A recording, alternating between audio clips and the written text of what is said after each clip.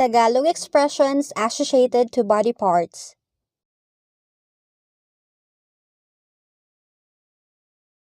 Dinagil niya ako.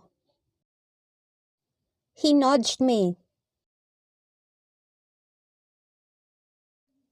Kukurutin ka ni Mama kapag nalaman niyang kinupit mo ang pera niya.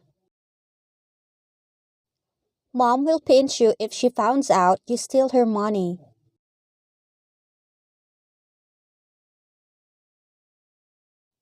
Namamaga ang tuhod ko.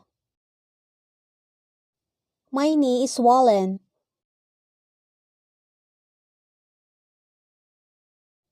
Mas mahaba ang kamay mo kaysa sa akin. Your hand is longer than mine.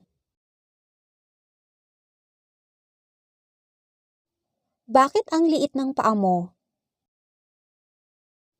Why is your foot so small?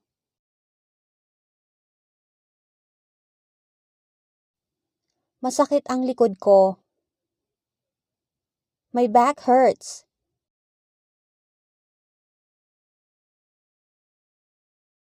Namumula ang ilong mo. May sipon ka ba? Your nose is reddish. Do you have colds?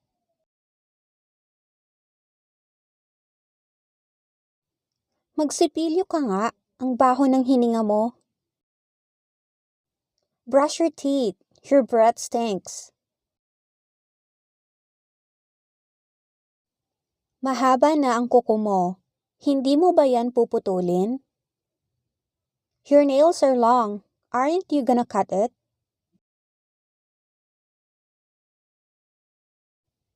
Ang kinis naman ng balat mo.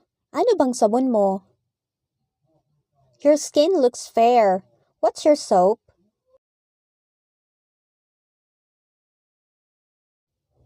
Bagay sa'yo ang mahabang buhok. You look good with long hair.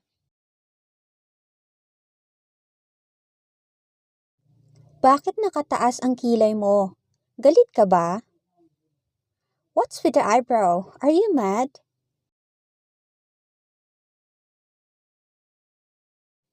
Ayaw kong maglagay ng kahit ano sa mukha ko. I don't want to put anything on my face.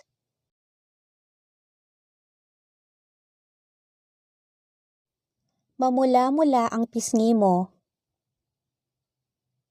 You have rosy cheeks.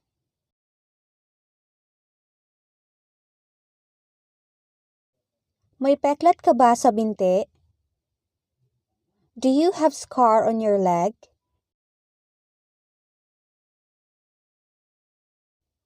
Ayaw ko sa maitim ang kilikili. I don't like dark armpits.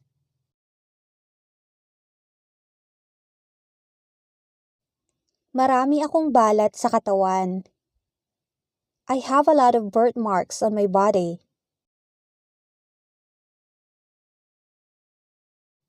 Pwede kang maging modelo. Mahahaba ang binti mo. You can be a model. You have long legs.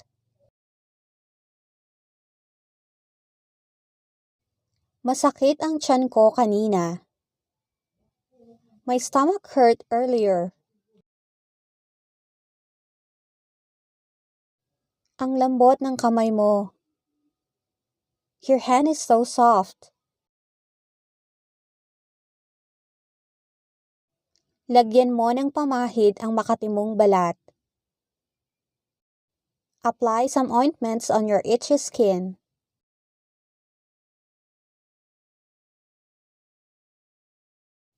Uminom ka ng gamot para mawala ang sakit ng ulo mo. Take medicine to relieve your headache.